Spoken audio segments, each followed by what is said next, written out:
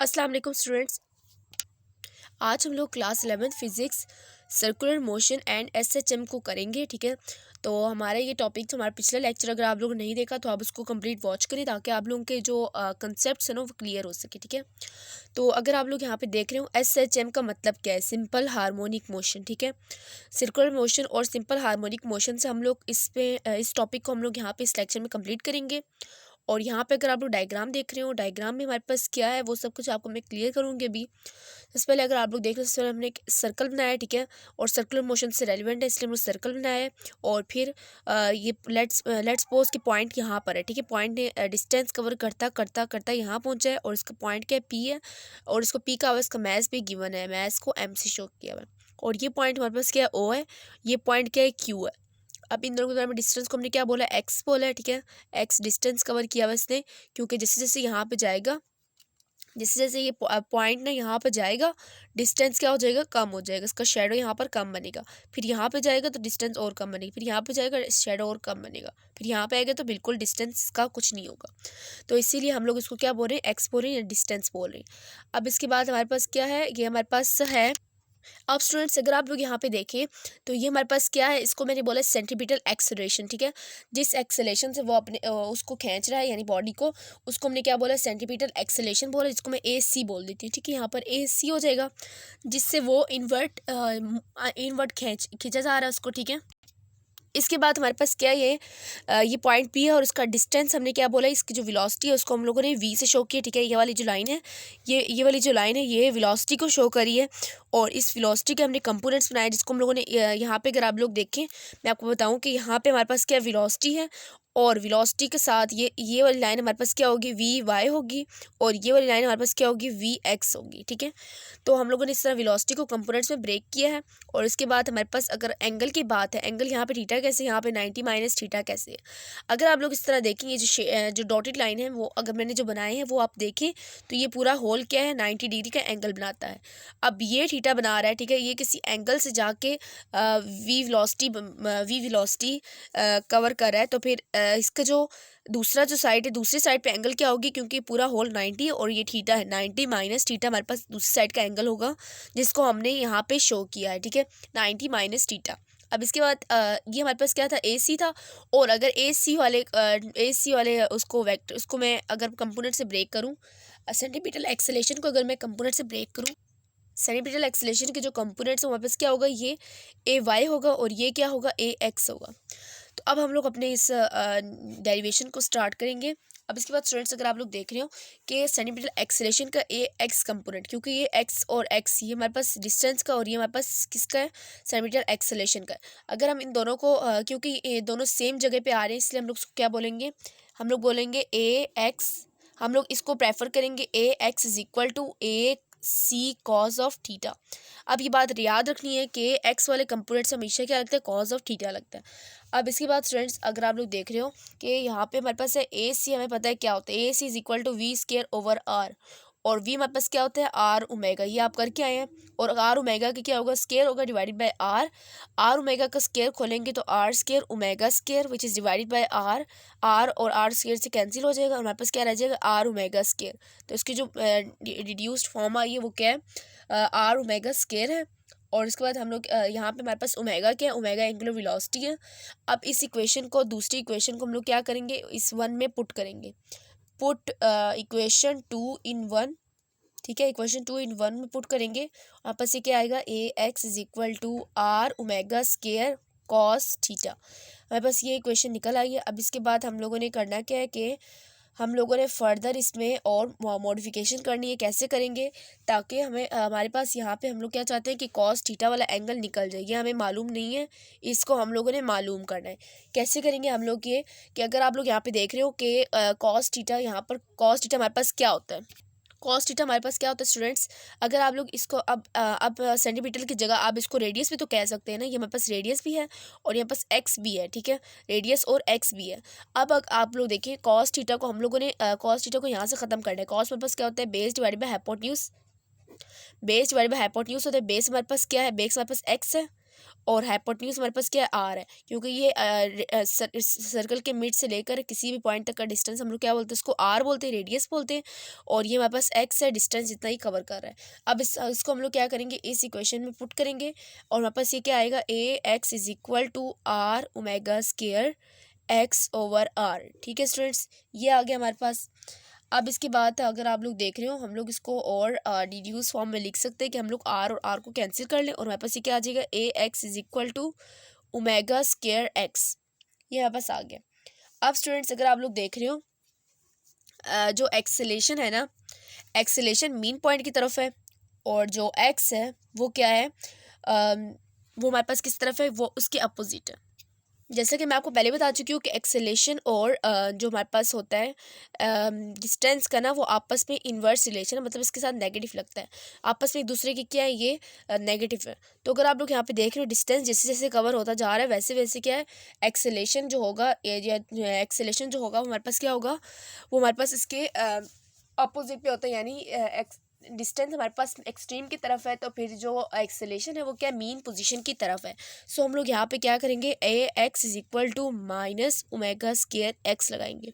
और अगर हम लोग ओमेगा स्क्वायर को कांस्टेंट ले लें, सिर्फ ओमेगा स्क्वायर को, माइनस को नहीं, A X is equal to minus X. ठीक है, ये आ गया ना। तो ये क्या बता रहा है आपको कि एक्सेलेशन जो है नेगेटिव ऑफ डिस्प्लेसमेंट या फिर डिस्टेंस है। ठीक है स्टूडेंट्स, तो ये हमारे पास क्या, इक्वेशन ऑफ SHM है। ठीक है, equation of simple harmonic motion. उम्मीद करती हूँ स्टूडेंट्स यहाँ तक आपको क्लियर हो गया होगा जो मैंने आपको समझाया है। तो ये थी हमारी पहली फॉर्म कि हमारे पास ए एक्स एक्सेलेशन हमारे पास कैसे नेगेटिव ऑफ एक्स आता है, जिसको हम लोगों ने यहाँ पे फाइंड आउट कर लिया। अब इसके बाद स्टूडेंट्स हम लोग देखेंगे टाइम पीरियड के बारे में। टाइम पीरियड जिसको हम लोग कैपिटल टी से शो करते हैं, उसको हम लोग कैसे निकालते हैं। स्टूडेंट डेफिनेशन तो मैं आपको पहले करा चुकी हूँ उसकी। टाइम पीरियड क्या होता है, time required for a body to complete its one rotation. ठीक है, इट्स वन रोटेशन या one vibration is called time period. यानी एक कंप्लीट जो सर्कल है, लेट्स सपोज ये हमारे पास क्या सर्कल है, ठीक है, सर्कल है, इस कंप्लीट सर्कल को अगर इसको टाइम जितना इसको टाइम लगेगा उसको हम लोग क्या बोलेंगे, टाइम पीरियड बोलेंगे। यहाँ से यहाँ से जाना शुरू करेगा, जब यहाँ पे वापस आएगा तो उसको हम लोग क्या बोलेंगे, टाइम पीरियड बोलेंगे। ठीक है, और ये हमारे पास क्या होता है, टोटल डिस्टेंस है, S is equal to 2πr है। ठीक है, total distance S is equal to 2πr है। और अब हम लोग यहाँ से क्या करेंगे स्टूडेंट्स, टाइम पीरियड निकालने की कोशिश करेंगे। टाइम पीरियड अगर आप लोग देखें, time period is equal to time हमारे पास क्या होता है, S is equal to V T होता है, S is equal to V T. और अगर हम लोगों ने टाइम निकालना है तो हम लोग क्या करेंगे, टाइम को एक तरफ कर लेंगे, एस ओवर वी हो जाएगा। ये हम लोगों ने स्मॉल टी नहीं लिखा, बड़ा टी लिखा है। क्यों लिखा है, क्योंकि हम टाइम पीरियड निकाल रहे हैं इसीलिए, और इसको हम लोग मॉडिफाई कर रहे हैं। ठीक है, एस हमारे पास क्या हो गया, टोटल डिस्टेंस क्या हो गया, 2πr हो गया।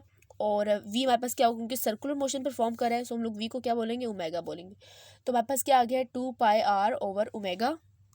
और इसको हम लोग क्या लिख सकते हैं स्टूडेंट्स, इसको हम लोग लिख सकते हैं 2π ओवर ओमेगा। ये आपको पता होगा, ये आप 10वीं में पढ़ के आए हैं। सो हमारे पास टाइम पीरियड क्या होगा, 2π ओमेगा होगा। और आर हम लोग इसलिए नहीं लिख रहे हैं क्योंकि आर हमारे पास क्या है, आर हमारे पास एक डिस्टेंस है, और हम लोग इसको लिखेंगे 2π ओवर ओमेगा। अब इसके बाद स्टूडेंट्स हमारे पास नेक्स्ट क्या है, नेक्स्ट हमारे पास फ्रीक्वेंसी है। फ्रीक्वेंसी का आप लोगों को बताऊँ चाहिए, फ्रीक्वेंसी क्या होता है, number of rotation completed in 1 second. ठीक है, जितना ये डिस्टेंस कवर करता है इन 1 सेकेंड, यानी रेसिप्रोकल ऑफ टाइम पीरियड भी आप इसको बोल सकते हैं। ठीक है, मैं आपको पहले बता चुकी हूँ इसके बारे में, पहला लेक्चर अगर आप लोग देखेंगे तो आप लोगों को ज़्यादा क्लियर हो जाएगा। तो फ्रीक्वेंसी हमारे पास क्या होता है, रेसिप्रोकल ऑफ टाइम पीरियड होता है, यानी 1 ओवर कैपिटल टी होता है। 1 ओवर कैपिटल टी का क्या मतलब है कि हम लोग कैपिटल टी वाली वैल्यूज़ को भी रिवर्स कर दें। ठीक है, और वापस ये क्या आ जाएगा, ओमेगा ओवर 2π आ जाएगा। ठीक है, तो ओमेगा ओवर 2π आ गया। और अगर हम लोग ओमेगा निकालना चाहिए यहाँ से, तो ओमेगा क्या होगा, 2πf हो जाएगा। ओमेगा को इस तरफ रख दिया, 2π यहाँ पे जाके f से मल्टीप्लाई हो जाएगा। ठीक है, हमारे पास ये आ गया omega is equal to 2πf। अब इसके बाद हमारे पास क्या है, वेलोसिटी ऑफ प्रोजेक्शन। अब हमने वेलोसिटी भी तो निकालनी है ना। अगर आप लोग हमारे इस डायग्राम पे वापस देखें तो यहाँ पे क्या था कि यहाँ पर एक वेलोसिटी भी थी जो कि हमने निकालनी है। वेलोसिटी तो हमें पता ही नहीं है।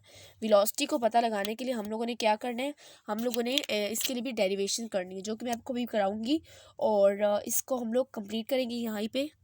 अब स्टूडेंट्स अगर हम इस डायग्राम पे देखें, मैंने डायग्राम दोबारा बनाई है। ठीक है, तो हमारे पास ये क्या है कि हमारे पास एक सर्कुलर मोशन में बॉडी मोशन परफॉर्म करी है, और ये इसकी वेलोसिटी और वेलोसिटी के कंपोनेंट्स में इसको ब्रेक किया। हम हमने वेलोसिटी निकालनी है, तो हम लोग वेलोसिटी वाले कंपोनेंट्स को देखेंगे और उसको ध्यान में रखेंगे।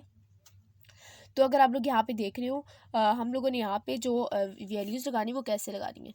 तो अगर आप लोग यहाँ पे देख रहे हो R omega sine theta, V is equal to R omega sine theta, इसको हम लोग यहाँ पुट करेंगे। अब स्टूडेंट्स आप लोग का क्वेश्चन होगा कि हम लोगों ने इसके एक्स कंपोनेंट ही क्यों लिया, हमने इसका वाई कंपोनेंट क्यों नहीं लिया। सो हमने एक्स कंपोनेंट इसीलिए लिया है कि अगर आप लोग देखें कि शेडो जो बन रहा है ना, शेडो वो किस पे बन रहा है, पॉइंट क्यू पे बन रहा है। तो एक्स और जो डायमीटर होगा, क्योंकि shadow because vibratory S H M of point Q is on diameter, ठीक है। पॉइंट क्यू का किस पे बन रहा है, डायमीटर का, डायमीटर भी बन रहा है of circle. Also the x component of velocity is parallel to the diameter of circle, so we will take x component of velocity, ठीक है स्टूडेंट्स। क्वेश्चन क्लियर हो गया होगा आप लोगों को कि आप लोगों का जो क्वेश्चन है कि v is equal to V X is equal to V sine theta हमने क्यों लिया, ठीक है स्टूडेंट्स। अब इसके बाद हम लोगों ने इसको फर्दर सॉल्व करना है। और अगर आप देख रहे हो in triangle O P Q, in triangle O P Q, इस पर हम लोग अगर देखें साइन हमारे पास इसके बराबर है, साइन हम लोग ले रहे हैं, sine is equal to P Q over O P है, ठीक है। साइन हमारे पास क्या है, sine is equal to some, जिस तरह फॉर्मूला जो याद करते हैं कि some people have perpendicular over hypotenuse, ठीक है। O P P Q over O P आ गया, ये हम लोगों ने यहाँ पे यूज़ किया है।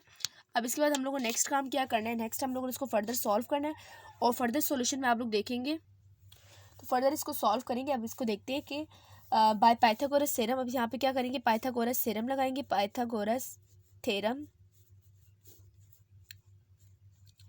पाइथागोरस थ्योरम के मुताबिक हाइपोटेन्यूज का square is equal to perpendicular का स्क्वायर प्लस यानी बेस का स्क्वायर प्लस परपेंडिकुलर का स्क्वायर, इससे कोई फर्क नहीं पड़ता, आप बेस को पहले लिखें या परपेंडिकुलर को पहले लिखें। और अब हम लोग क्या करेंगे, O P square minus O Q square या Q O square is equal to P Q. P Q क्या हमारे पास परपेंडिकुलर है, ठीक है। हम लोगों ने पी क्यू निकालना है और हम लोग कैसे निकालते हैं कि हम लोग पी क्यू क्यों निकाल रहे हैं, हम लोगों ने क्या करना है इसको, ठीक है। तो इसको हम लोगों ने यहाँ पे पुट करना है इस वाली जगह पे, सो हम लोग यहाँ पे इसीलिए निकाल रहे हैं।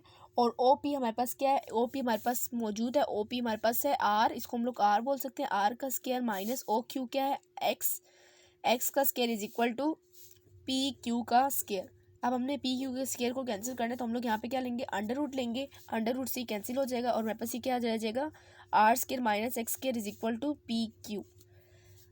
अब इसको हम लोग क्या करेंगे, इक्वेशन नंबर 1 में पुट करेंगे, put 2 in 1, put equation 2 in equation 1।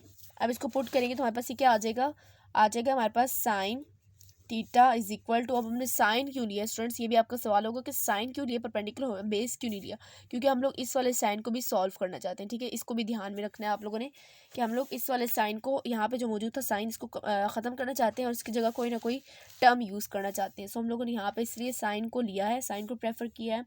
और sine theta is equal to under root R, R का स्क्वायर माइनस एक्स का स्क्वायर, और नीचे ओ पी की जगह आप लोग क्या लिखेंगे, नीचे ओपी की जगह आप लोग आर लिख सकते हैं, ठीक है।